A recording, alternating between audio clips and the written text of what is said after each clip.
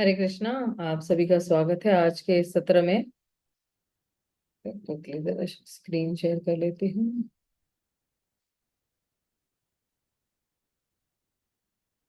तो कल हम लोग ने ना यहाँ पे विराम दिया था, तो यहाँ से हम लोग जरा कंटिन्यू करेंगे पहले, लेकिन मंगलाचरण कर लेते हैं। ओम अज्ञानतिमिरन्धस्य ज्ञानाञ्जनशलाकाय चक्षुरुन्मिलितं येन तस्मै श्रीगुरवे नमः। श्रीचैतन्यमनोभीष्टं स्थापितं येन भूतले स्वयं रूप कदा मह्यं ददाति स्वपदान्तिकं। वन्देऽहं श्रीगुरून् श्रीयुतपदकमलं श्रीगुरून् वैष्णवांश्च श्रीरूपं साग्रजातां सहगणा रघुनाथान्वितं तं सजीवं साद्वैतं सार्वधूतं परिजनासहितं कृष्ण चैतन्य देवं श्रीराधा कृष्णपदान् सहगण ललिता श्रीविशाखान्वितांश्च नमो विष्णुपदाय कृष्णपृष्ठाय भूतले श्रीमते भक्तिवेदांत स्वामिनिति नामिने। नमस्ते सरस्वते देवे गौरवाणी प्रचारिणे निर्विशेष शून्यवादी पाश्चात्य देश तारिणे। हे कृष्णा करुणा सिंधु दीनबंधु जगतपते गोपेश गोपिका कांत राधा कांत नमस्तते। तप्त कांचन गौरांगी राधे वृंदावनेश्वरी वृषभानुसुते देवी प्रणमामि हरिप्रिये। वाञ्छाकल्पतरुभ्यश्च कृपा सिन्धुभ्येव च पतितानं पावनेभ्यो वैष्णवेभ्यो नमो नमः।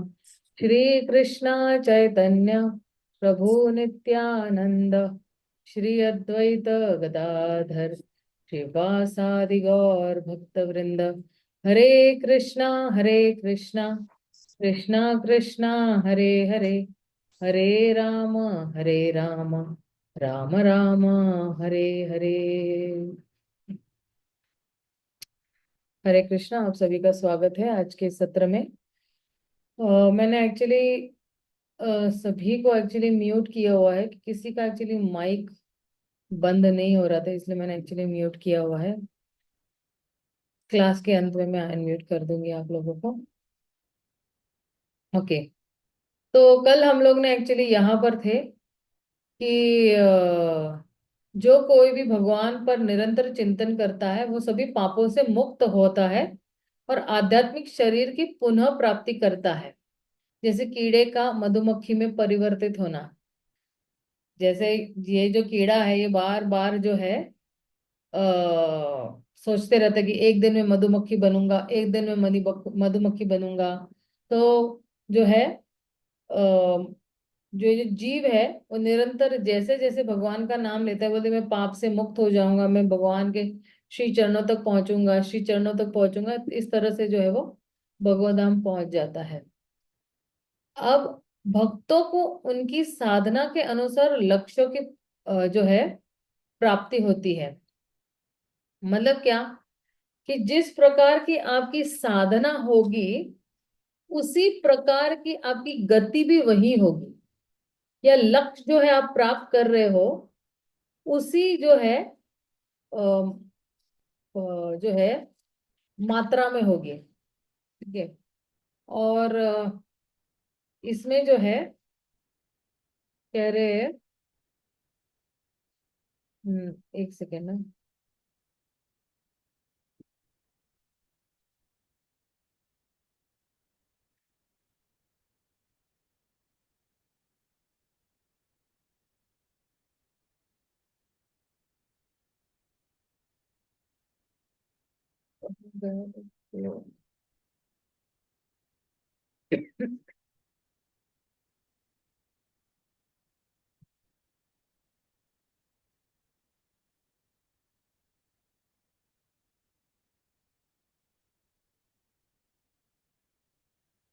हम्म,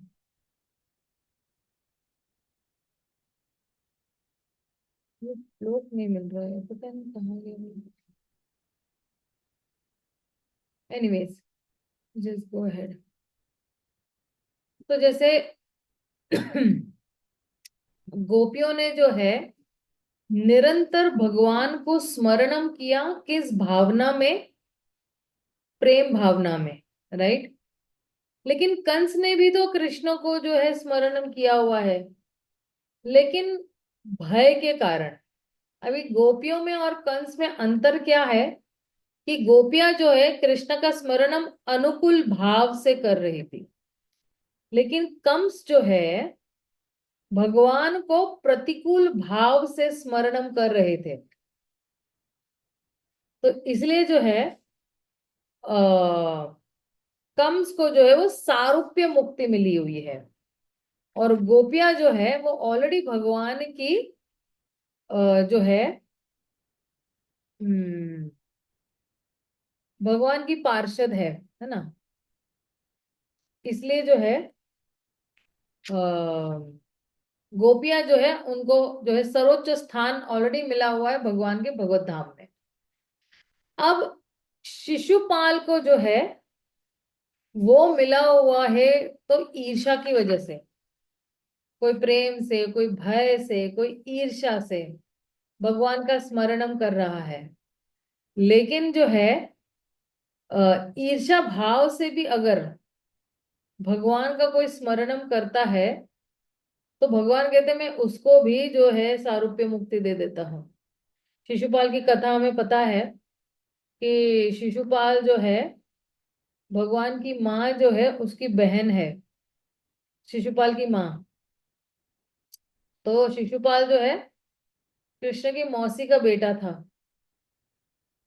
तो अ, उस वक्त जो है भगवान ने शिशुपाल की मम्मी को यानी माँ को वचन दिया था कि 100 गुना तक मैं इस व्यक्ति को माफ करूंगा, शिशुपाल को माफ करूंगा, लेकिन 101 जब ये अपराध करेगा ना तब मैं उसको जो है मार दूंगा। तो इसलिए जो है भगवान ने जो है, और शिशु एक्चुअली कभी कभी जो है अ, मैं आज ही एक्चुअली एक प्रवचन में सुन रही थी। एक सेकेंड, मैंने लिखे हुए हैं नोट्स। तो कह रहे कि भगवान की जो कृपा जो है वो आती भी है तो बहुत अलग अलग तरीकों से, अलग अलग रूप में भगवान की कृपा आती है। लेकिन अगर हम भगवान से बहुत सच्चे तरीके से प्रेम करते, जैसे माँ को हम प्रेम करते, तो फिर जो है माँ हमें जो कोई भी दंड देते हैं हम स्वीकार कर लेते, क्योंकि हमें पता है कि हमारी जो माँ है हमारी हितैषी है, राइट। तो ये दंड जो है या भगवान की जो कृपा है, ये दंड एक्चुअली भगवान की कृपा ही माना जाना चाहिए। तो बहुत अलग अलग तरीके से आ सकते हैं, लेकिन जिस रूप में भी भगवान की कृपा आ रही है हमें जो है स्वीकार न करना चाहिए। कृपा भगवान की कोई सजा के रूप में भी आ सकता है उस वक्त, लेकिन अगर कृपा किसी सजा के रूप में आ रही है, मान लो मैंने कोई अपराध किया हुआ है, मैंने कोई पाप किया हुआ है और फिर जो है मुझे सजा भुगतनी है, तो ये भी भगवान की कृपा ही समझना चाहिए। अब इस वक्त में एक्चुअली भक्तों को क्या करना चाहिए, जब कोई सजा काट रहा है या सजा भुगत रहा है, तो उस समय जो है उन्नत भक्तों का आश्रय लेना बहुत जरूरी है। ये उन्नत भक्त ही हमें याद दिलाते कि हमारा समय, क्योंकि हमारा अहंकार इतना ऊंचा है या भगवान के साथ ईर्ष्या इतनी ऊंची है कि अगर किसी कारणवश हमें किसी चीज के लिए दंडित किया जा रहा है तो हमारा मिथ्या अहंकार जो है वो स्वीकार करने के लिए तैयार ही नहीं है कि मुझे दंड क्यों मिला जा रहा है, मुझे ही क्यों दंडित किया जा रहा है, मैं ही क्यों, वाई मी ओनली, मेरे साथ ही ऐसा क्यों हो रहा है। तो समझ में नहीं आता है। लेकिन उस वक्त अगर जो है उन्नत भक्तों के साथ, सीनियर डिवोटीज के साथ जो है अगर हम संग लेते हैं, तो ये जो उन्नत भक्त है, यही उन्नत भक्त जो है वो हमें जो है बारंबार भगवान की महिमा के बारे में बताते रहेंगे, समझाते रहेंगे, हमें सांत्वना देते रहेंगे। वरना बहुत चांसेस ऐसे है कि हल्का सा हमें कुछ दंड मिलता है तो हमें लगता है ये कृष्णा भावनामृत चीज काम ही नहीं करती है, ये भक्ति कोई चीज काम ही नहीं करती है। मैं आया था यहाँ पे जो है सारे दुखों का निवारण करने के लिए मुझे ऐसे लगा कि अब मैं भगवान की शरण में आ जाऊंगा तो मुझे कोई दुख मिलने ही नहीं वाला है। लेकिन यहाँ पे तो उल्टा ही हो गया। मुझे, मैं जब से यहाँ पे इस्कॉन में आया हूं, मुझे दंड ही दंड मिल रहे हैं, दंड ही दंड मिल। लेकिन हम ये नहीं देखते हैं कि पिछले जन्म में हमने क्या किया था, उसका भी तो दंड हम भोग रहे हैं ना। तो इसलिए उन्नत भक्तों का बहुत बहुत जो है जरूरी है। और आप ये भी एक देखना कि ये जितने भी ये शिशुपाल है या कंस है या जितने भी ये लोग थे, ये असुर लोग है, ये हमेशा असत संग में थे। असत संग मतलब क्या, कि रॉन्ग एसोसिएशन में, गलत संगति में थे। जिसको सत के बारे में जानना है ही नहीं, वो है असत संग। और फिर जो है भगवान को जो है दंड देना पड़ता है। और क्योंकि असत संग की वजह से ये व्यक्ति जो है वो गलत संगति में जो है वो अपनी जो है पोजीशन से या अपने स्तर से नीचे गिर जाता है। और जब वो अपने स्तर से गिर जाता है तो फिर जो है उसको लगता है कि भौतिक ऐश्वर्य जो है वो बहुत ही मीठा है। तो वो भौतिक ऐश्वर्य का आनंद उठाना शुरू कर देता है। और फिर जब ये भौतिक ऐश्वर्य का जो है आस्वादन करना शुरू करता है तो उसकी चेतना भी जो है वो भौतिक हो जाती है। अब जब ये चेतना भौतिक हो जाती है तो फिर क्या होता है कि वो जो है अपराध करना शुरू कर देता है भक्तों के प्रति और बाकी सारे जीवात्माओं के प्रति भी। इसलिए जब ये व्यक्ति अपराध करता है भगवान के प्रति, भगवान के भक्तों के प्रति या किसी जीवात्मा के प्रति, तो फिर जो है इसको आध्यात्मिक जीवन में सब कुछ फीका ही फीका लगता है। वो बहुत लंबी रेस का घोड़ा नहीं बन सकता है। और इसलिए प्राय लोग जो है आते हैं और जाते हैं। आप सोचोगे अरे कितना फास्ट आया और फास्ट चला भी गया, अभी तो 16 माला कर रहा था, 64 माला भी कर रहा था, सब कुछ कर रहा था, कैसे चला गया? उसका रियल कारण है असत संग। ये असत संग क्या करवाता है ना, ये असत संग आपको ऐसा मतलब भ्रम में डाल देता है कि आपको लगता है कि अच्छा ये भौतिक चीजें ही सब कुछ है, ये भौतिक चीजें मुझे आनंद दे रही है, बाकी आध्यात्मिक चीजें बिल्कुल नीर रस है, इसमें कोई रस है ही नहीं। और इसलिए जो है हम भक्तों के प्रति जो है अपराध करना शुरू करते। भक्त हमें अगर हमारी कमियां बताते हैं, भक्त हमें कुछ करेक्शन करते हैं, भक्त हमें सेवा में लगाते हैं, तो लगता है ये हमारा शोषण कर रहा है, ये हमें इतनी सारी सेवाएं दे रहा है। लेकिन जो है जितने भी भक्त है, और फिर है ना बहुत गलत फहमियां हम लोग पाल लेते हैं भक्तों के बीच में या भक्तों के प्रति भी। हाँ, ये लोग मेरे ही बारे में बात कर रहे होंगे, अच्छा ये मेरे बारे में हमेशा बुरा ही बोलता होगा। हालांकि वो अगले वाले भक्त के मन में कुछ भी नहीं होगा। लेकिन हम गलत फहमियां पालते रहते पालते रहते पालते, और फिर यही जो है अपराधों का कारण बन जाता है। इसलिए जो है अपराध मतलब क्या, किसी को नीचा दिखाना, किसी की टांग खींचना, किसी को आगे जा रहा है तो उसको रोक लेना, या जो है किसी के बारे में गलत इंफॉर्मेशन देना। आपको पता है ये तो मंदिर से जाते ही सिगरेट फूना फूकना शुरू कर देते हैं। कौन सा अच्छा भक्त है, कर लेता होगा 64 माला। ईर्ष्या के कारण भी हम जो है निंदा करना शुरू कर देते हैं और गलत फहमियां पालते हैं।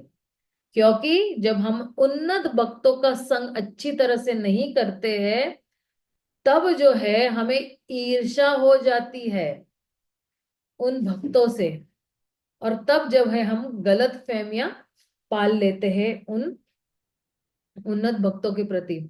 इसलिए जो है ये जितने भी अपराध है, या अपराध मतलब क्या, कि आप सोचते कि आप ही सबसे बेहतर हो और बाकी सब कचरा है, लेकिन है उल्टा, बाकी सब अच्छे हैं और हम ही कचरा है। तो इसलिए ना ये भी बहुत एक अहंकार है किसी को, मैं 64 माला करता हूँ, मैं ये करता हूँ। हालांकि एक्चुअली अगर कोई अगर कर रहा है, हमें बताना नहीं चाहिए। हाँ, किसी को प्रेरणा देने के लिए जो आपसे ईर्ष्या नहीं कर सकता है, आप उसको प्रेरणा देने के लिए बता सकते हैं कि अच्छा करना चाहिए, मैंने ये किया, कल मैंने ऐसा किया, मैंने ये पढ़ा, मैंने वो पढ़ा, ताकि वो लोग भी प्रेरणा लेकर पॉजिटिवली वो लोग आगे बढ़ सके। लेकिन अगर कोई ईर्ष्या कर रहा है, उस व्यक्ति को जो है बिल्कुल डींगे मारनी ही नहीं है। और ऐसे जो भक्त है, ये बिल्कुल संकुचित बुद्धि वाले होते हैं, नैरो माइंडेड होते हैं। नैरो माइंडेड यानी कुछ अच्छा सोच ही नहीं सकते हैं। उन्नत भक्त क्या होते हैं, कुछ गलत में भी अच्छा निकालते हैं। जैसे मान लो भगवान भी जो है किसी भी जीवात्मा की कमियां नहीं देखते, इसलिए तो उनका नाम जगन्नाथ है। बड़ी बड़ी आंखों से देखते हैं कि अरे इसने ये किया मेरे लिए, अरे इसने ये किया मेरे लिए। और कुछ गलत हो जाता है तो आंखें बंद कर लेते हैं, उनको उनको दिखता ही नहीं है। उनको किसी भी जीवात्मा में कमियां नहीं दिखती है। तो जब हम ये एटीट्यूड या ये नजरिया जब हम पालते हैं, तो हम जो है भक्ति में बहुत अच्छी तरह से ब्रॉड माइंडेडनेस लाकर जो है। और अगर कोई आपको किसी के बारे में गलत बता भी रहा है ना, तो आप बोलो कि नहीं नहीं, मेरे ख्याल से आपकी कोई गलतफहमी हो गई, मैं जानता हूँ वो ऐसा नहीं है, चलो चलो हम उसके बारे में कुछ अच्छा ही बोले, है ना। तो इसलिए जो है ये ईर्ष्या बहुत ही खतरनाक है। और फिर संबंध दर्शनीय स्नेहात, यानी मान लो कि यदु जो है वो अपने पारिवारिक संबंधों से इतने जुड़े हुए थे कि एक दूसरे से लड़कर मारने को भी तैयार थे, भगवान तक को भी। और फिर जो है पांडव जो है भगवान के साथ जो बिल्कुल स्नेह, और हम सब जो है वो भक्ति से भगवान के साथ जो है तो आ, हमारी साधना के अनुसार जो है हमारे लक्ष्य की प्राप्ति होती है। जिस जिस भाव में और जो जो साधना हम कर रहे हैं, तो देखिए साधना में आता है प्रेम भी, साधना में संबंध भी आता है, साधना में स्नेह भी आता है, साधना में भक्ति भी आती है।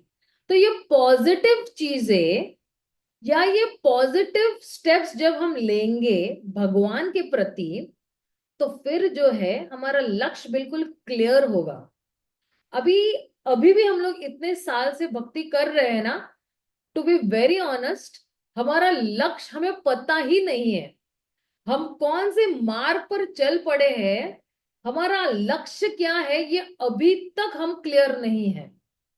माफ कीजिएगा कभी कुछ बातें अगर मेरे इससे मतलब ऐसे मतलब आपको बुरी लग रही हो, लेकिन सत्य हमेशा कड़वा ही होता है। लेकिन अगर हम समझेंगे कि मेरा लक्ष्य केवल कृष्ण को प्रसन्न करना है, कृष्ण को ही मुझे जो है प्रेम करना है, या मेरा अस्तित्व जो है वो सिर्फ कृष्ण के लिए ही है, तो फिर जो है हमारा लक्ष्य बिल्कुल क्लियर हो जाएगा। और लक्ष्य क्लियर हो जाएगा तो फिर जब हम एक्टिव कदम लेंगे उसकी तरफ, एक्टिव स्टेप्स लेंगे उसकी तरफ।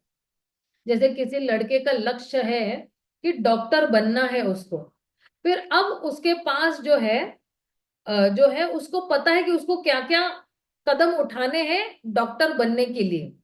वो एक प्रामाणिक यूनिवर्सिटी में जाएगा, अच्छे टीचर्स के संपर्क में आएगा, जो टीचर्स कहते हैं वैसा ही करेगा, वैसी ही पढ़ाई करेगा, बिल्कुल सीरियस रहेगा, एक मिनट भी जो है गवाएगा नहीं, उधर उधर मटर गश्ती नहीं करेगा, या समय की बर्बादी नहीं करेगा, एकदम सादा जीवन उच्च विचार रखकर जो है वो अपने लक्ष्य की तरफ 5 साल वो अच्छी तरह से मेहनत करेगा।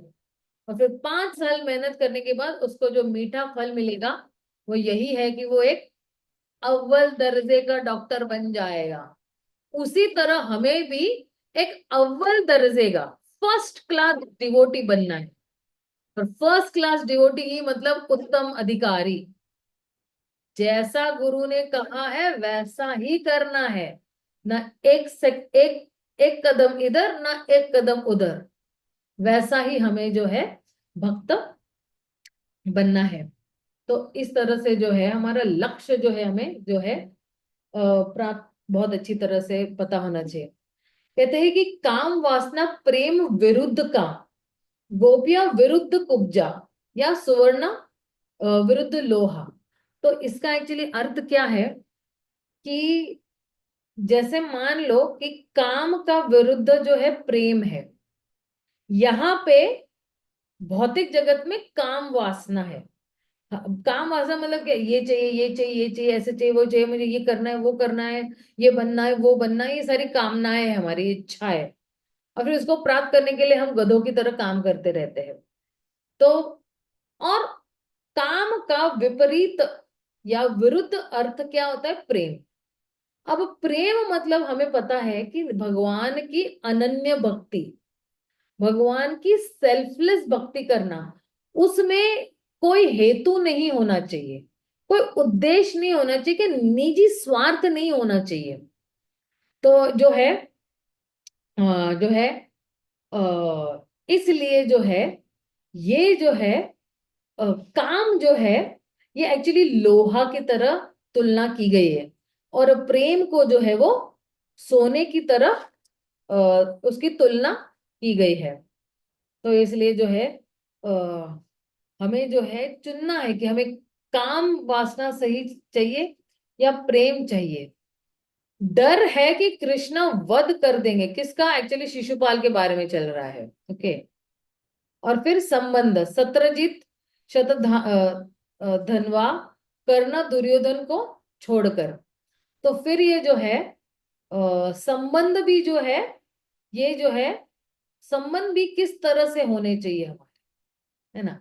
संबंध हम किससे बना रहे हैं, हम भगवान से संबंध बना रहे हैं, उनसे ईर्ष्या नहीं करना है। अब कंस को मिला सायुज्य मुक्ति, शिशुपाल को दंतवक्र पौंड्रव को मिला सारूप्य मुक्ति। ये और नारद मुनि जो है ऐश्वर्य में सहयोगी के रूप में है। नारद मुनि जो है भगवान का जितना भी ऐश्वर्य है वो सहयोग देते हैं। सहयोग मतलब क्या, कि अगर कोई गवर्नमेंट का सहयोग करेगा तो उसको लाभ ही लाभ है, लेकिन गवर्नमेंट के अगेंस्ट या गवर्नमेंट के विरुद्ध जाकर अगर बगावत कर देता है तो गवर्नमेंट की जितनी भी सुविधाएं है उसका लाभ नहीं उठा पाएगा वो। इसलिए नारद मुनि कह रहे भगवान के ऐश्वर्य में वो सहयोगी के रूप में है।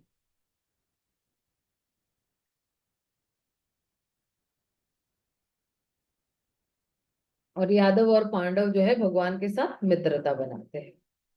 तो भगवान के साथ मित्रता बनाने में ही जो है बहुत लाभ है।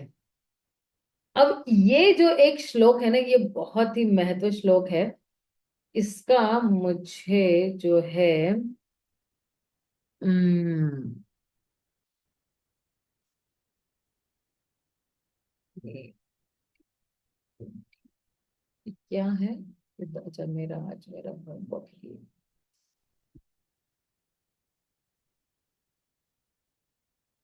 तीसरे स्कंद का 28। हम्म।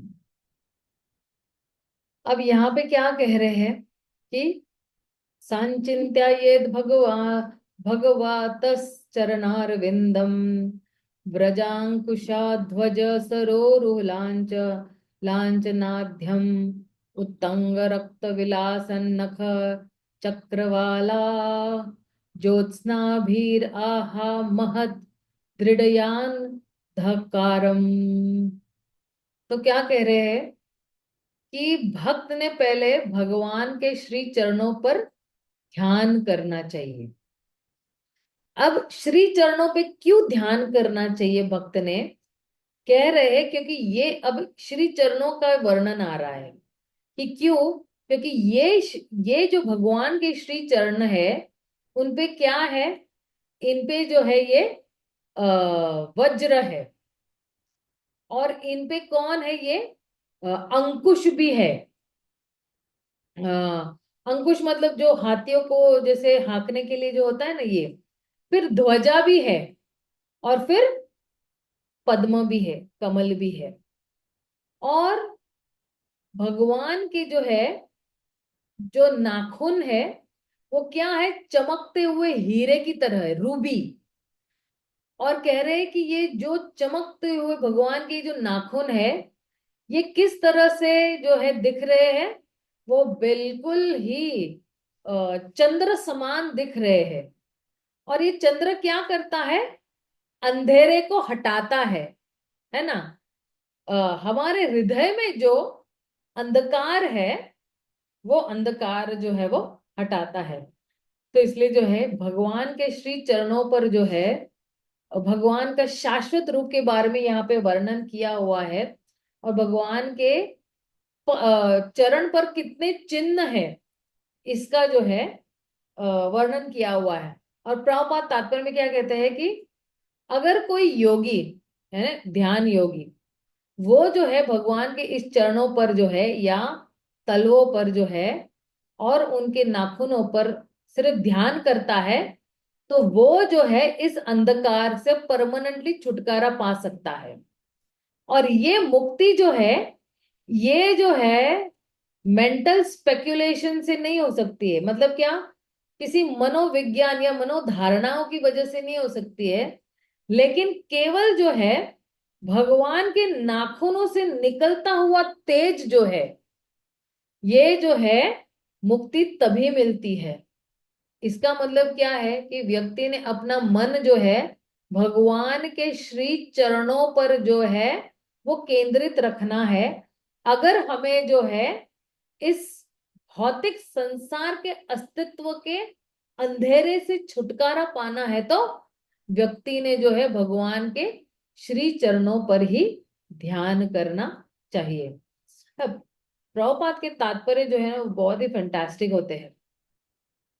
अब यही एक्चुअली इसको हिंदी में बताया हुआ है, लेकिन मुझे एक्चुअली थोड़ा इंग्लिश लैंग्वेज कंफर्टेबल है, इसलिए फिर मैंने इंग्लिश का ले लिया। आप लोगों को भी अगर देखना है तो आपके जो है भागवतम के कैंटोज में जो है ये वाला श्लोक में देख सकते हो आप। ओके, फिर आगे क्या कह रहे हैं। 28:30। हम्म। अब इसी अध्याय के तीसरे श्लोक में क्या कह रहे हैं।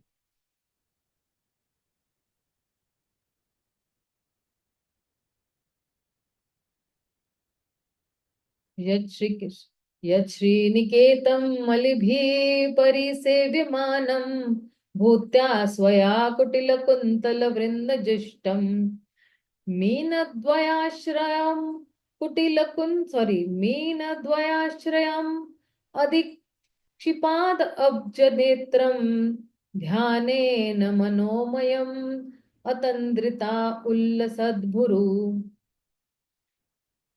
तो क्या कह रहे हैं कि ये जो योगी जो भगवान के मुखमंडल पर ध्यान करता है।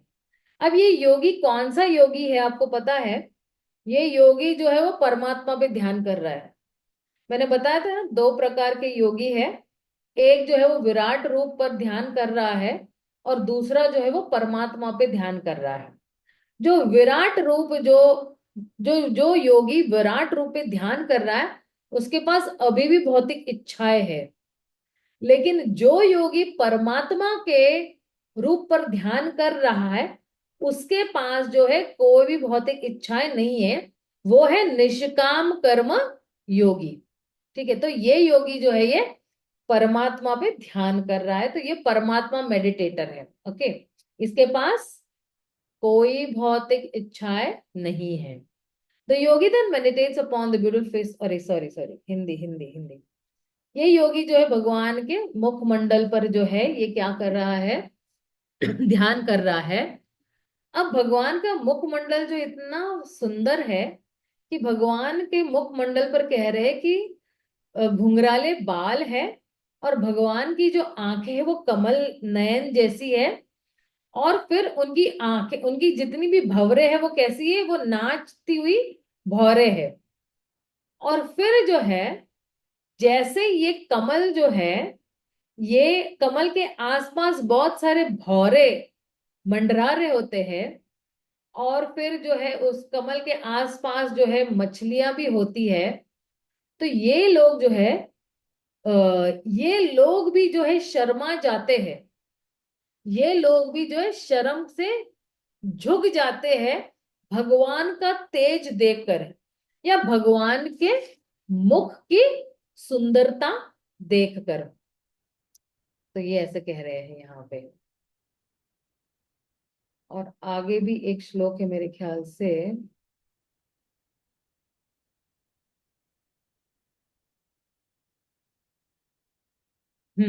32वां श्लोक श्लोक है। ये देखिए, ये इतने ब्यूटीफुल श्लोक है, इतने सुंदर श्लोक है भागवतम के। ये आखिरी अध्याय में आते, आखिरी अध्याय मेरे ख्याल से 33वां अध्याय। लेकिन ये जो है कपिल मुनि जो है ये अपनी माता देवहूति को जो है भक्ति के बारे में बता रहे हैं।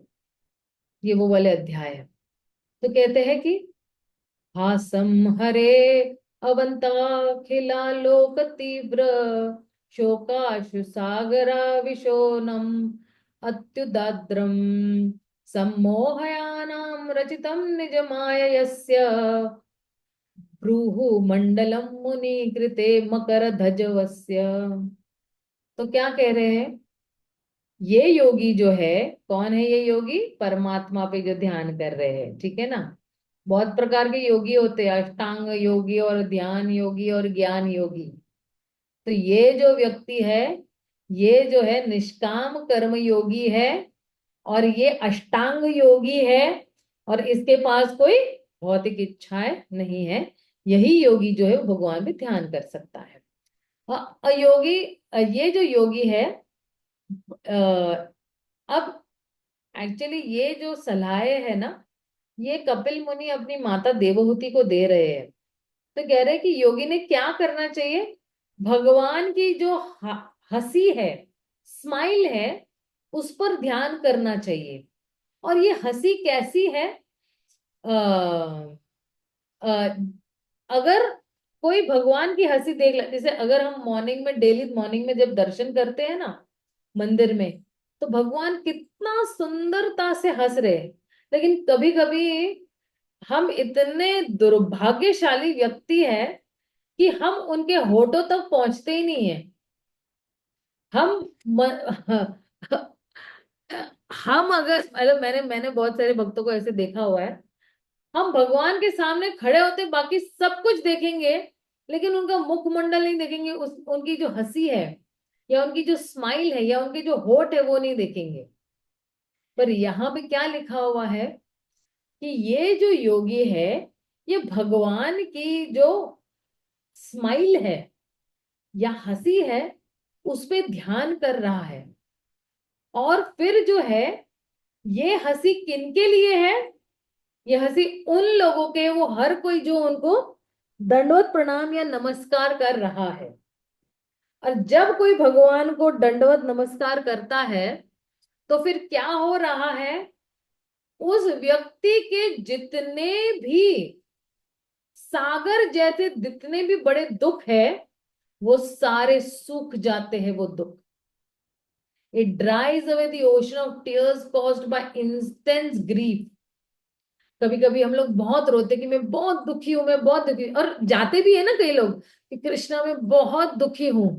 तो अब जो है भगवान क्या करते हैं, वो सारे आंसुओं को पोंछ देते हैं। क्योंकि अब कहते हैं अरे तुम्हें दुखी होने की जरूरत नहीं, तुमने मेरे दर्शन ले लिए, बस तुम इन सब दुखों से अब छुटकारा। और भगवान के पास ही वही पावर है जो हमारे जितने भी खराब कर्म किए हैं, या हम लोग ने जितने भी पाप किए हैं, वो बिल्कुल बीज रूप से नष्ट कर सकते हैं। सिर्फ भगवान ही इसमें दखल अंदाजी दे सकते हैं हमारे कर्मों के साथ।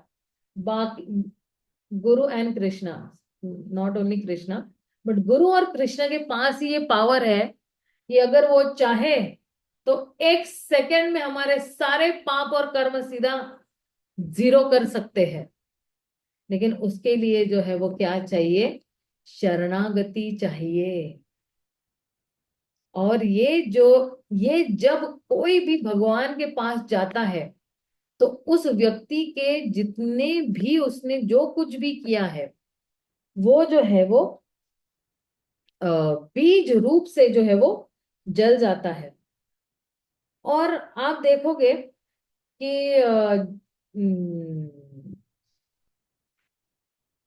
ये देखने ये जो पाप भी है ना, एक्चुअली दो प्रकार के पाप होते हैं। एक प्रकार का पाप होता है जो हम अनजाने में करते हैं, जैसे मान लो चलते चलते किसी चींटी पे पैर दे दिया, या फिर हमने उबासी ली और हमारे मुंह में मच्छर चला गया और वो मच्छर हमारे मुंह में ही मर गया। ये अज्ञान, मतलब ये बिना जाने या बिना जान, बिना मतलब कैसे सोचे समझे जो है, ये जो है क्या कहते हैं, अनइंटेंशनली, मतलब कोई उद्देश्य से हम लोग ने ये पाप नहीं किया। अनजाने में कोई भी हमारे से जो गलती हो जाती है, ओके।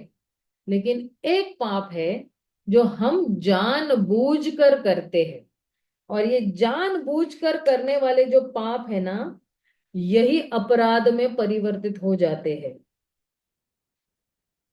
यही अपराध में परिवर्तित हो जाते हैं, और इसलिए जो है प्राय जो है व्यक्ति बड़ा दुखी रहता है। तो ये कह रहे हैं कि ये जो हम लोग ने जितना दुख भोग रहे हैं हमारे पूर्व पापों की वजह से, तो ये सारा पाप जो है ये सारा दुख जो है ये बिल्कुल समाप्त हो जाएगा। और कह रहे हैं कि ये योगी ने किस पे ध्यान देना चाहिए? भगवान की भौरों पे। ये भौरे कैसे है? ये नाचती हुई भौरे है। तो भी आपने देखा है जो खास करके हमारे भरतनाट्यम में जो है, या जो है उड़ीसी डांस में है, या तो फिर कथक में है, तो हम भौरे जो है ऊपर नीचे हिलाते हैं। तो भगवान तो जो है वो परम डांसर है, वो भी क्या करते हैं, अपनी भौरे ऊपर नीचे करती है। और ये जो है आ, ये जो है ये किसकी वजह से ये प्रकट हुआ है? उनकी अंतरंग शक्ति, ताकि जो है वो जो है किसको आकर्षित कर सके? वो आकर्षित जो है मकर ध्वजस्य, मकर ध्वजस्य मतलब ये कौन है? ये जो है ये कामदेव है। ये कामदेव के बारे में बात कर रहे हैं। तो इस तरह से जो है भगवान का ये स्वरूप जो है इतना सुंदर है, इतना सुंदर है कि हम जो है गुणगान करते रह जाएंगे लेकिन कम नहीं होगा। ओके। अब यहाँ पे जो है कह रहे हैं कि साधना भक्ति के जो है वो दो प्रकार है। एक सेकेंड, मैं भटक तो नहीं गई हूँ अपने मार्ग से? मेरे पास एक्चुअली यहाँ पे एक ये है, क्या कहते हैं, रोड मैप है।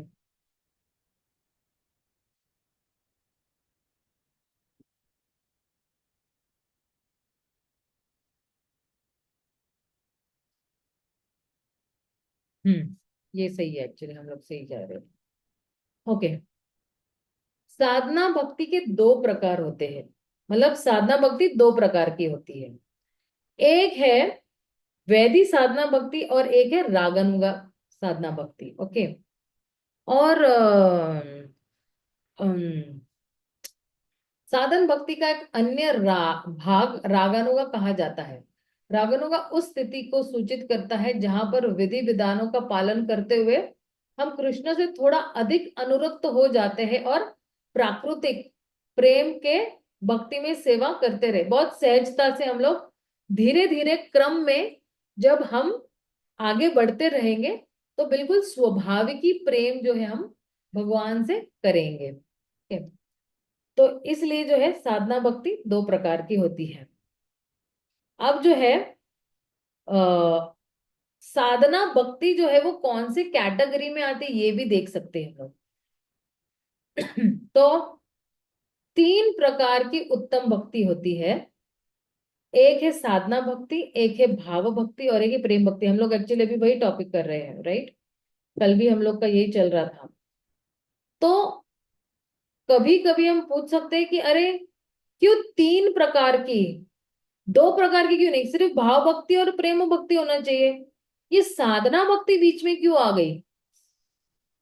तो साधना भक्ति मतलब वो भक्ति जो अभी भी उसका अभ्यास चल रहा है। और साध्य भक्ति मतलब क्या, कि हम एक चरम सीमा पर पहुंच गए, परफेक्शन के स्टेज पे पहुंच गए हैं हम लोग। तो फिर जो है, कोई पूछेगा कि फिर ये भाव भक्ति को क्यों अलग करके रख दिया है? लेकिन भाव भक्ति को इसलिए है ताकि हम और स्पष्ट तरीके से समझ सके कि साधन भक्ति, भाव भक्ति और प्रेम भक्ति क्या है। ठीक है। तो इसलिए जो है, भाव भक्ति जो है साधना भक्ति के अंतर्गत नहीं आ सकती। मतलब अ, साधना भक्ति के अंदर हम लोग भाव भक्ति को समावेश नहीं कर सकते हैं। भाव भक्ति मतलब क्या, कि भगवान का डायरेक्ट सीधा साक्षात्कार है।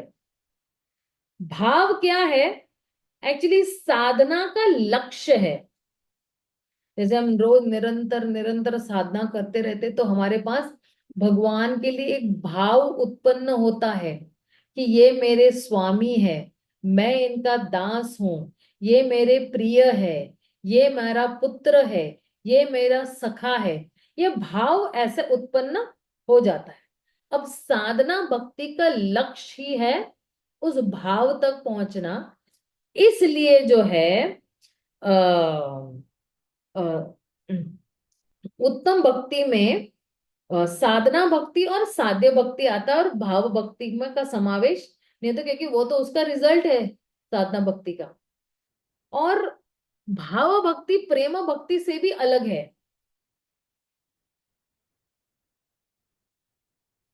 क्यों? क्योंकि अ, भाव के लेवल पर, जैसे हमारा योगा लैडर है, हमको पता है। एक सेकेंड। योगा लैडर में मेरे में पेन।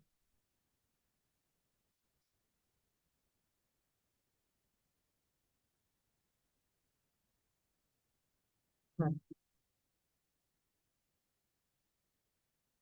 ओके। ये जरा योगा लैडर देख लेते हैं, फिर ज्यादा अच्छी तरह से समझ में आएगा हमें। ओके। तो ये हमारी योगा लैडर यानी योगा की सीढ़ी। ओके।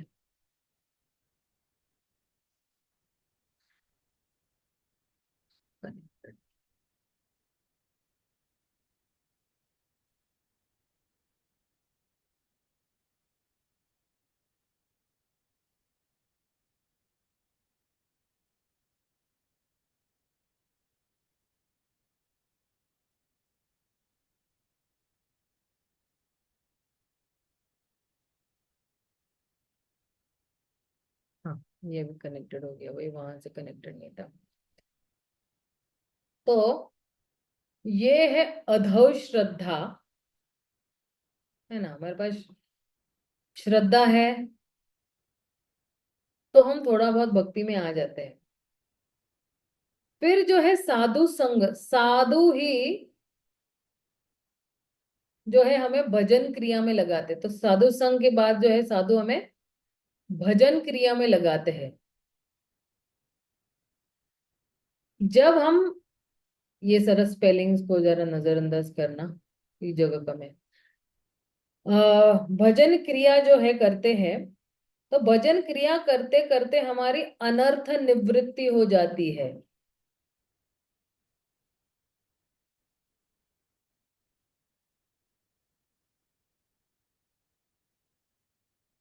और जब अनर्थ निवृत्ति पूरा शून्य हो जाता है तो फिर आती है निष्ठा,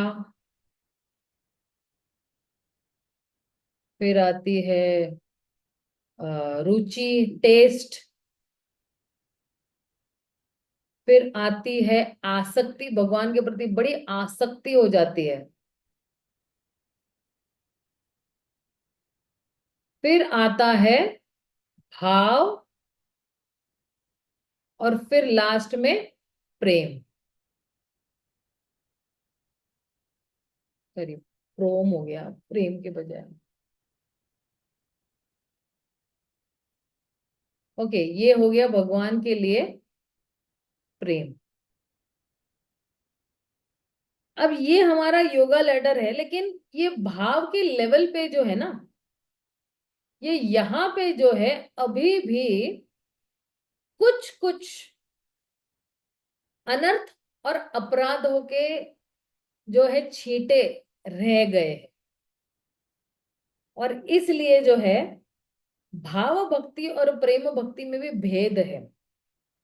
प्रेम भक्ति में जो है कोई अनर्थ नहीं है, जीरो अनर्थ है, और जो है जीरो अपराध, कोई अपराध नहीं है।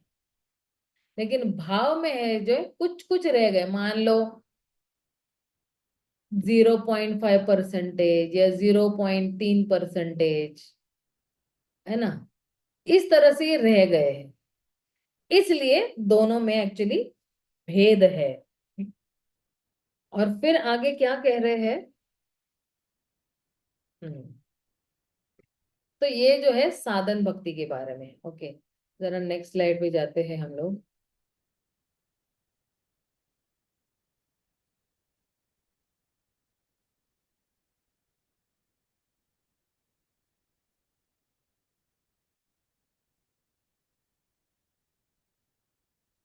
अच्छा, मुझे इसको जरा एक स्टॉप करके फिर से शेयर करना पड़ेगा।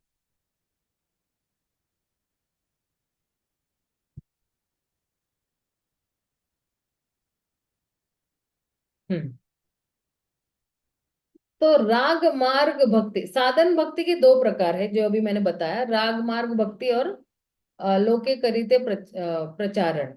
भगवान का आविर्भाव रागानुगा स्तर पर भक्ति के प्रचार हेतु हुआ है। एक्चुअली भगवान देना ही चाहते हैं हमें रागानुगा भक्ति, इसलिए उनका अवतरित हुआ है। तो वैधि साधन भक्ति का अभ्यास, जब भगवान के प्रति कोई अनुरक्ति या कोई रागानुगा भक्ति नहीं होती और मनुष्य गुरु के आदेश पालन मात्र के लिए या शास्त्रों का पालन करने के लिए भगवान की सेवा में लगा रहता है, तो ऐसी अनैच्छिक सेवा विधि भक्ति कहलाती है। ये बहुत ही महत्वपूर्ण है, इसका अगर स्क्रीनशॉट ले लेना है तो ले लीजिए। क्योंकि जब साधना भक्ति का परिभाषा पूछेंगे तो यही परिभाषा देनी है हमें। ठीक है,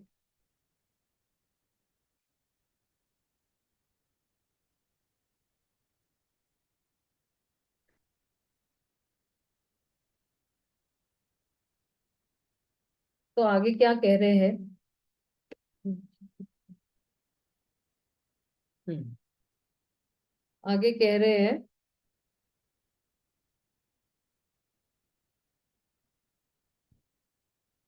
जब भगवान के प्रति कोई अनुरक्ति या कोई रागनुग भक्ति नहीं होती और मनुष्य गुरु के आदेश का पालन मात्र के लिए या शास्त्रों का पालन करने के लिए भगवान की सेवा में लगा रहता है। इसमें इंपॉर्टेंट क्या है?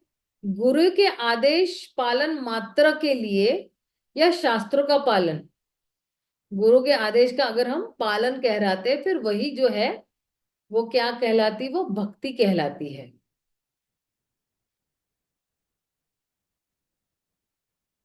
हम्म, और जो है वैधि साधन भक्ति का अभ्यास मतलब क्या?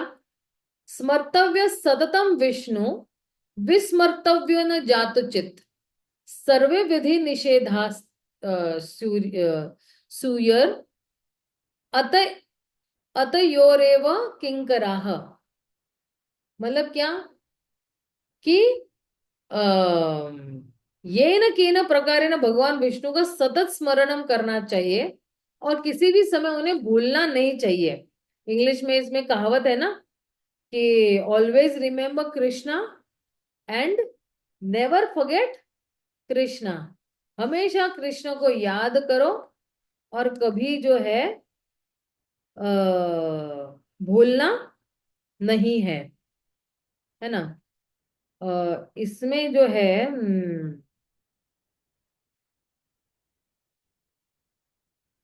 हम्म, अब एक्चुअली अगर हम ये साधना भक्ति को और अच्छी तरह से समझना चाहते हैं ना,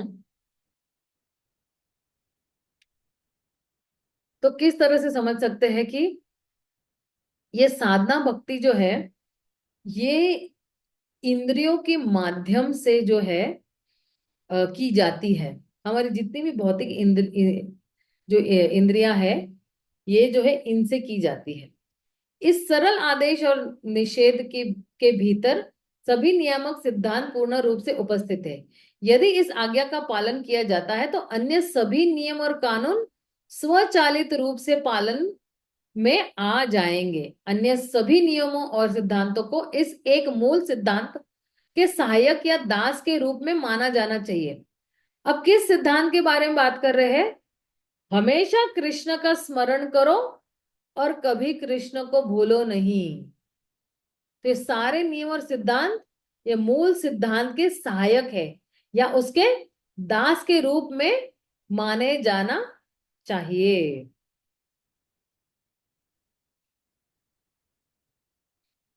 हम्म। तो आगे क्या कर रहे हैं? मन को कैसे कृष्ण में लीन रख सकते हैं?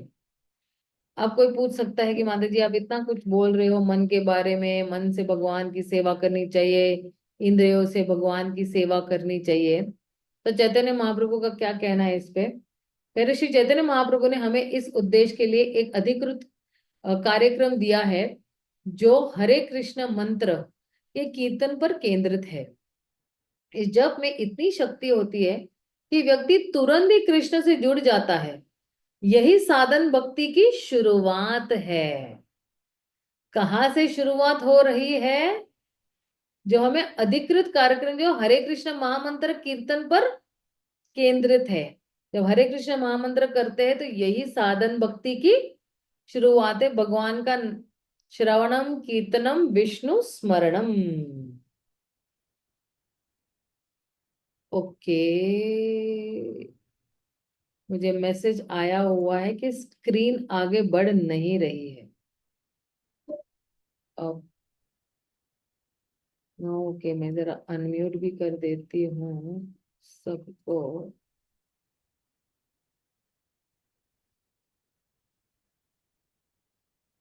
ओके, सबको ये स्क्रीन दिखाई दे रही है? हाँ माता जी। अभी दिखाई दे रही है? पहले भी दिखाई दे रही थी ये स्क्रीन? नो माता जी। अब दिखाई दे रही है ना ये स्क्रीन? ओके। जी माता जी। समृद्धि, थैंक यू वेरी मच, आपने बताया मुझे। ओके। श्री चैतन्य महाप्रभु मन को कैसे कृष्ण में लीन रख सकते हैं? तो चैतन्य महाप्रभु ने हमें क्या दिया है? हरे कृष्ण मंत्र का जप करने के लिए कहा है, कीर्तन करने। तो यही साधना भक्ति की शुरुआत है। किसी न किसी तरह से अपने मन को कृष्ण पर स्थिर करना होगा। हमारे पास है ना एक जो बोट है ना, बोट। लिखो लिखो बोट जल्दी। ये 40 है 40। ठीक से लिखो। भाई रमन रेती माता जी, क्रॉस टॉक प्लीज मत करो, मैं यहाँ पे कुछ अच्छा इंपॉर्टेंट समझा रही हूँ। सॉरी माता जी, बच्चे ने।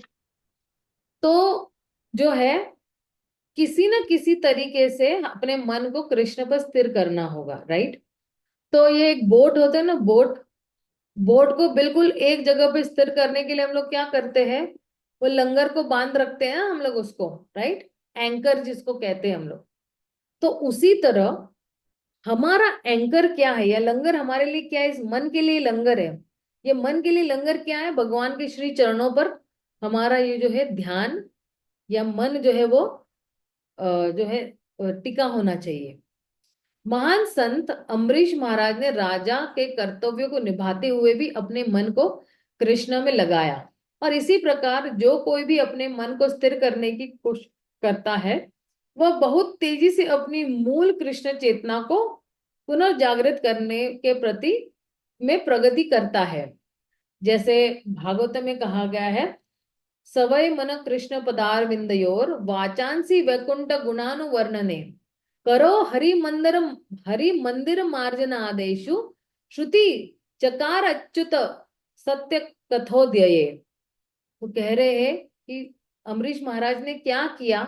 अम्बरीश महाराज ने अपनी सारी इंद्रियों को भगवान के श्री चरणों में लगा दिया, चाहे वो उनकी आंख, नाक, कान, मस्तिष्क, हाथ, पैर, सब कुछ जो है वो भगवान की सेवा में लगा दिया। तो अब जो है यहाँ पे जो है हमारा दूसरा अध्याय समाप्त है, लेकिन पूर्णतया से समाप्त नहीं है, इसमें काफी कुछ जो है एक्सप्लेनेशंस है। So let me just check with the 11।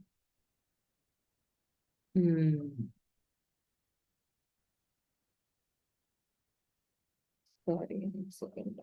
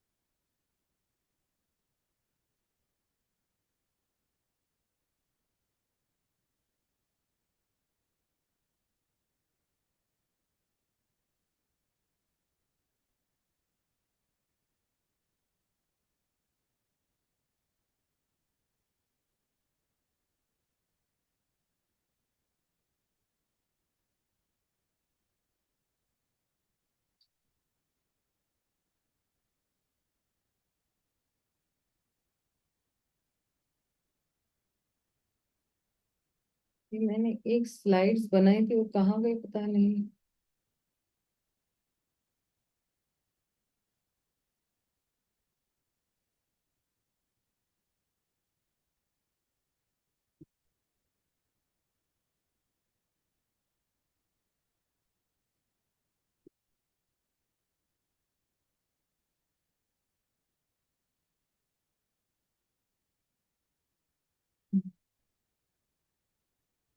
एक सेकेंड।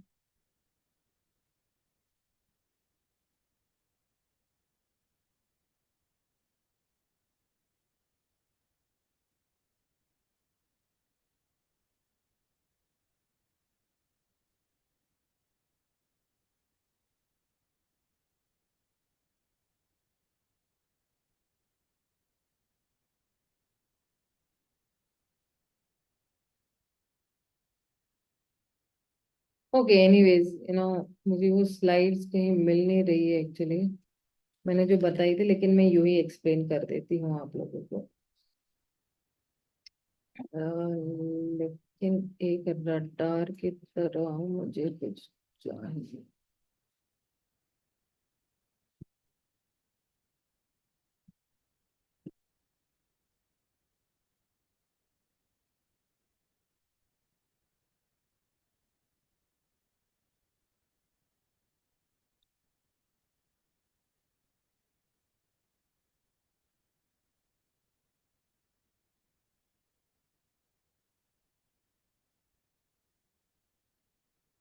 हम्म। तो सी एक्चुअली इसी पे एक्चुअली आगे का हमारा एलैबोरेशन, मतलब उसका विस्तार इसी में ही है। ये वाली स्लाइड से ही एक्चुअली विस्तार हो रहा है। तो अब ये जो साधना भक्ति है, ये साधना भक्ति एक्चुअली इंद्रियों के माध्यम से की जाती है। और ये साधना भक्ति जो है, जब इंद्रियों के माध्यम से की जाती है, तो ये हमें जो है भाव के स्तर पर पहुंचा देती है। हम्म। और जो है और ये ही जो है भक्ति, जब इंद्रियों से की जाती है और हमें भाव के स्तर पर पहुंचाती है, तो इसे साधना भक्ति कहते हैं। भाव के लेवल पर जब रुक जाती है ना, तो इसको क्या कहते हैं? भाव भक्ति कहते हैं, राइट। और ये साधना भक्ति के अंडर नहीं आता है, क्यों? क्योंकि मैंने अभी थोड़ी ही देर पहले मैंने ये भी समझाया था कि भाव के स्तर पर जो है अ, अ, भाव और प्रेम के बीच में स्तर अंतर यही है कि भाव के लेवल पर भी अभी भी हम लोग ने अपराध और अनर्थ किए हुए हैं। इसलिए पूर्णतया हमें जो है वो रस जो है वो उत्पन्न नहीं होता है ना। पूर्णतया जो प्रेम रस है, भक्ति का प्रेम रस है, वो पूर्ण रूप से जो है वो प्रकट नहीं होता है भाव के स्तर पर। और इसलिए जो है भाव भक्ति जो है वो प्रेम भक्ति से अलग है। और ये भाव भक्ति जो है ये साधना भक्ति के अंतर्गत ही आती है। और भाव भक्ति में आप सीधा भगवान का साक्षात्कार कर सकते हो। और इसलिए जो है साधना का लक्ष्य ही भाव है।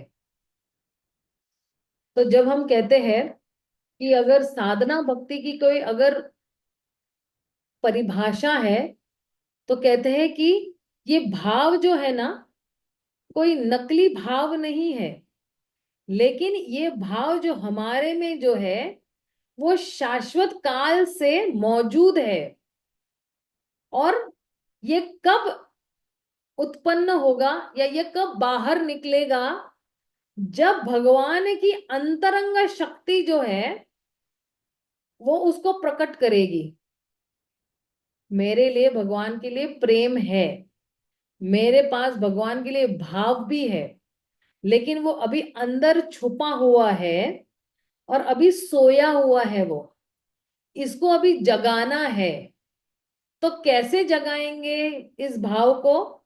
तो फिर जो है जब हम भक्ति की विधियों का पालन इन इंद्रियों के माध्यम से करते हैं, तो भगवान के लिए स्वाभाविक ही भाव जो है वो उत्पन्न हो जाता है।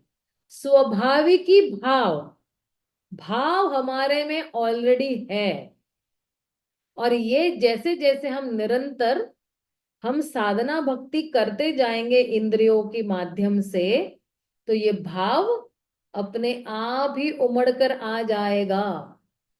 और ये भाव कौन उमड़ाता है? ये भगवान की अंतरंग शक्ति जो है, जो भगवान की संवित शक्ति और भगवान की हल्लादिनी शक्ति। हल्लादिनी शक्ति भगवान की जो है वो क्या दे रही है? आनंद दे रही है। और संवित शक्ति जो है वो ज्ञान दे रही है हमें। तो साधना भक्ति मतलब ही हम क्या करते हैं, हमारा मन है और इंद्रियां है, जितनी भी ज्ञानेंद्रियां है और जितनी भी हमारी कर्मेंद्रियां है, ये सारा जो है हम और मन के साथ हम भगवान के भक्ति में लगाते हैं या भगवान की सेवा करने में लगाते हैं। और क्यों लगाते हैं? ताकि जो है हमारा जो सोया हुआ संबंध भगवान के साथ है, या हमारा सोया हुआ प्रेम जो है, या जो हमारा सुप्त अवस्था में भगवान के लिए जो प्रेम है, ये हम पुनः पुनः जो है वो क्या कर सकते हैं, हम जागृत कर सकते हैं। और जो है जब भक्ति, सॉरी ये मुझे नहीं लाना है, मुझे यही चाहिए था।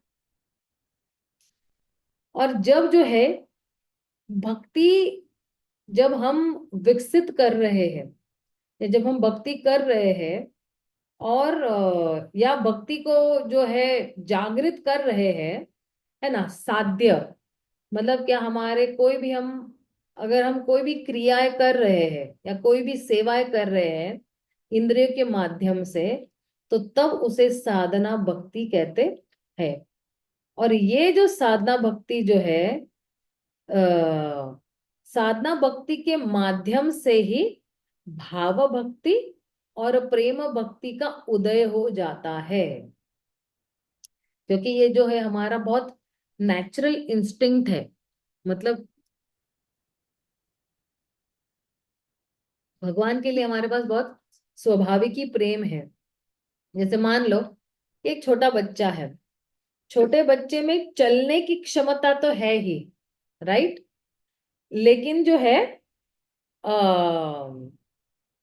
उसे जो है धीरे धीरे अभ्यास करके जो है वो दौड़ना भी शुरू हो जाता है। आपने देखा ना, छोटा बच्चा थोड़ा गिरता है, थोड़ा चलता है, फिर सहारा लेता है दीवार का, फिर दीवार से सहारा सहारा ले लेके वो रोज निरंतर अभ्यास करता है तो तुरंत ही। तो उसी तरह हमारे पास भी भगवान के लिए जो है प्रेम करने की नेचुरल जो है स्वभाव है हमारा। और जैसे जैसे हम उसका अभ्यास करते जाते हैं, ये प्रेम और विकसित होते रहता है। और फिर जो है ये एक दिन भाव भक्ति और प्रेम भक्ति में परिवर्तित हो जाता है। अब इसमें क्या आता है कि हम इसमें जो है जितने भी नवदा भक्ति के नियम है, या जितने भी हमारे 64 अंग, अभी 64 अंग में आएंगे हम लोग, तो ये धीरे धीरे जैसे भी हम लोग ये करते रहते हैं, तो वैसे वैसे जो है हमारा प्रेम बढ़ते हैं। और जो है हमारे विकर्म यानी क्या, कि हमारे जितने भी भौतिक कार्य है हम उसको साइड में रखते हैं, तो जो है ये विकसित हो जाती है। उसमें एक्चुअली गुरु को प्रणाम करना डेली बहुत जरूरी है। चाहे साक्षात करो आप दंडवत, मन में करो, लेकिन करना बहुत जरूरी है। तो देखिए, हमारा ये जो स्वभाव है वो क्या है, सच्चित आनंद है ना। और फिर जो है जब हम भौतिक कार्यकलापों में जब व्यस्त हो जाते हैं, तो फिर जो है हमारा ये जो वास्तविक रिश्ता भगवान के साथ है, जो सच्चित आनंद है, वो माया के प्रभाव में जो है आकर हम एक्चुअली पागल हो जाते हैं एक्चुअली। और फिर जो है हमारी जिंदगी जो है पूरी अंधकार में है। अंधकार में मतलब यही है कि हम भगवान से दूर है, मतलब एक्चुअली भगवान जो है अंधकार में ही है। और ये जो जिंदगी जो हमें मिली हुई है बहुत क्षणिक है। कितने साल ज्यादा से ज्यादा हम जी पाते हैं। आजकल तो आप देखिए छोटे छोटे बच्चों को भी हार्ट अटैक हो रहा है। अभी रिसेंटली मैंने आज या कल में कहाँ देखा था कि कोई ऐसी कोई लड़की डांस कर रही थी, और डांस करते करते उसको हार्ट अटैक आ गया। मात्र 21 साल की थी वो लड़की।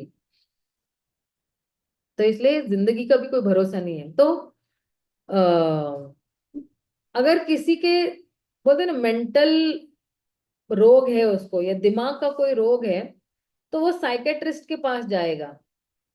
तो फिर ये जो साधना भक्ति है, ये हमें कौन सी, अभी मैं ये नहीं कर रही हूँ कि यहाँ पे जो मौजूद है, लेकिन हमें भौतिकता का एक्चुअली मेंटल रोग हो गया है। ठीक है। तो फिर इसका इलाज कैसे होगा, साधना भक्ति के माध्यम से ही होगा इसका इलाज। क्योंकि ये जो बद्ध जीव है, ये माया के प्रभाव में आकर ये पागल हो गया है। पागल किस लिए हो गया है, भौतिक चीजों के लिए पागल है। और वो अपने आप को इन चीजों से पहचान करवा रहा है। जैसे किसी के पास BMW है, तो उसको लगता है मैं ही BMW कार हूं। वो अपनी पहचान उस वस्तु से, इंद्रिय विषय वस्तु से करवा रहा है। उसी तरह हम यही सोचते हैं कि मैं शरीर नहीं, मैं आत्मा नहीं, मैं शरीर हूं। हालांकि अब तो हम सोचते हैं कि मैं शरीर नहीं, मैं आत्मा हूं। लेकिन जितने लोग भक्त नहीं बने वो लोग तो यही सोच रहे हैं ना, कि मैं आत्मा नहीं, मैं शरीर हूं। तो एक्चुअली ये उनका पागलपन है। उनको लगता है कि मैं शरीर हूं, और शरीर के लिए ही मुझे काम करना है। अब साधना भक्ति का जो है सार क्या है, ये भी समझ लीजिएगा। नारद मुनि ने ना युधिष्ठिर महाराज से एक्चुअली बात कर रहे थे। और ये एक्चुअली आ रहा है हमारे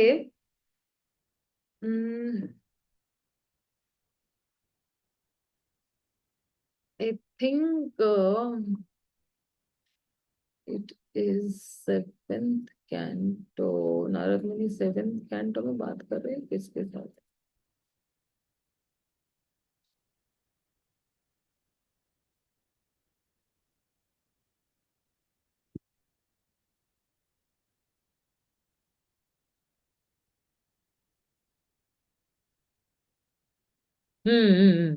यही वाला चैप्टर है। चलो, तो फिर इसमें हम्म तो कह रहे हैं कि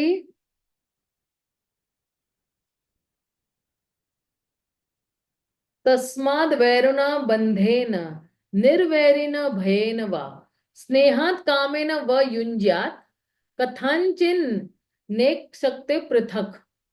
तो क्या कह रहे हैं कि किसी भी तरह, चाहे दुश्मनी से या भक्ति से या भय से या स्नेह से या किसी काम वासना से, किसी भी तरह जो है व्यक्ति ने किस पर ध्यान करना चाहिए, भगवान के ऊपर ध्यान करना चाहिए।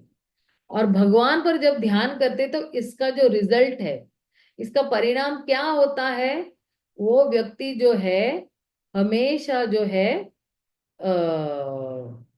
वो व्यक्ति जो है इन सब चीजों से जो है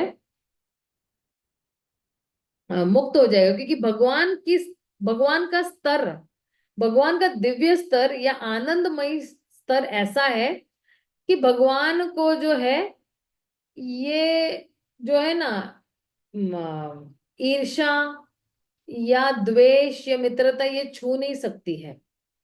इसलिए जो है कोई अगर अनुकूल रूप से, अगर कोई भगवान के बारे में सोचे, क्योंकि नारद मुनि ने जो है कुछ ऐसे आइटम बता रहे जो भक्ति को जो है वो दर्शा रहे हैं यहाँ पे। तो यहाँ पे भय भी दिया हुआ है और नफरत भी दी हुई है। लेकिन हमें भगवान को जो है कभी भी जो है नफरत से या भय से भक्ति नहीं करनी है। मतलब क्या कि भगवान जो है यहाँ पे एक्चुअली बता रहे कि अगर कोई भी भय से या नफरत से भी जो है उनकी भक्ति कर रहा है, तो भगवान उस व्यक्ति को भी शुभदा प्रदान करते हैं, उसके जीवन में फिर भी शुभ चीजें ही होगी। तो इसलिए जो है कौन ऐसे दयालु कृपालु भगवान की भक्ति नहीं करना चाहेगा। और इसलिए जो है हमें भगवान को नफरत से या किसी ईर्ष्या से नहीं सोचना चाहिए या उनका ध्यान नहीं करना चाहिए।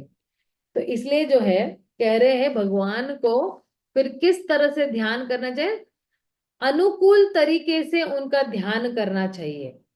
और अनुकूल तरीके से ध्यान करना मतलब ही हरे कृष्ण महामंत्र का जप करना। क्योंकि आचार्य की एक एक्चुअली एक ड्यूटी होती है कि किस तरह से जो है वो शिष्य का मन जो है वो कृष्ण के श्री चरणों तक पहुंचाएंगे या उस पे जो है केंद्रित करवाएंगे। और इसलिए चैतन्य महाप्रभु ने हमें क्या दिया हुआ है, हरे कृष्ण महामंत्र दिया हुआ है। और ये साधना भक्ति की एक्चुअली शुरुआत है। और फिर हम लोग ने अम्बरीश महाराज के बारे में भी थोड़ी चर्चा की। तो यहाँ पे मैं विराम दे रही हूँ, किसी का अगर कोई प्रश्न है तो आप पूछ सकते हो।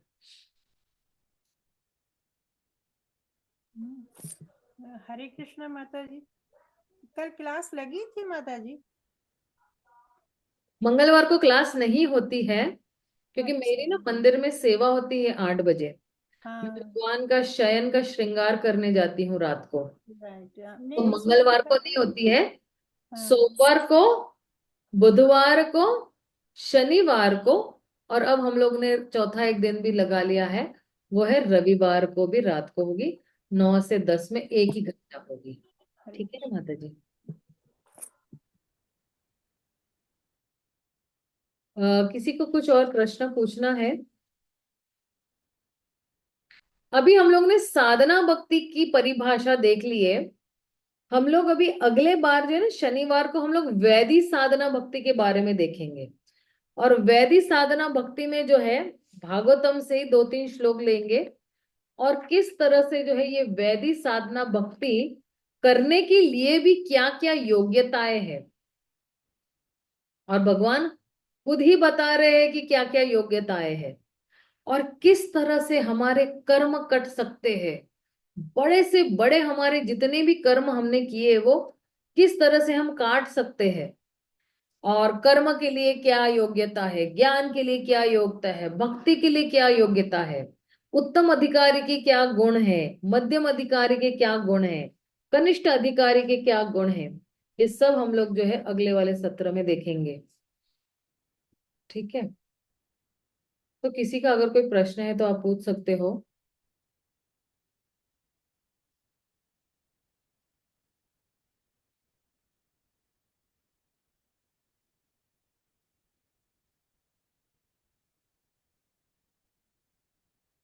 ओके, किसी का अगर कोई प्रश्न नहीं है तो हम यहीं पे विराम देते हैं। शिल प्रभुपाद की जय, गौर भक्त वृंद की जय। हरे कृष्णा हरे। हरे कृष्ण माता जन्मजान।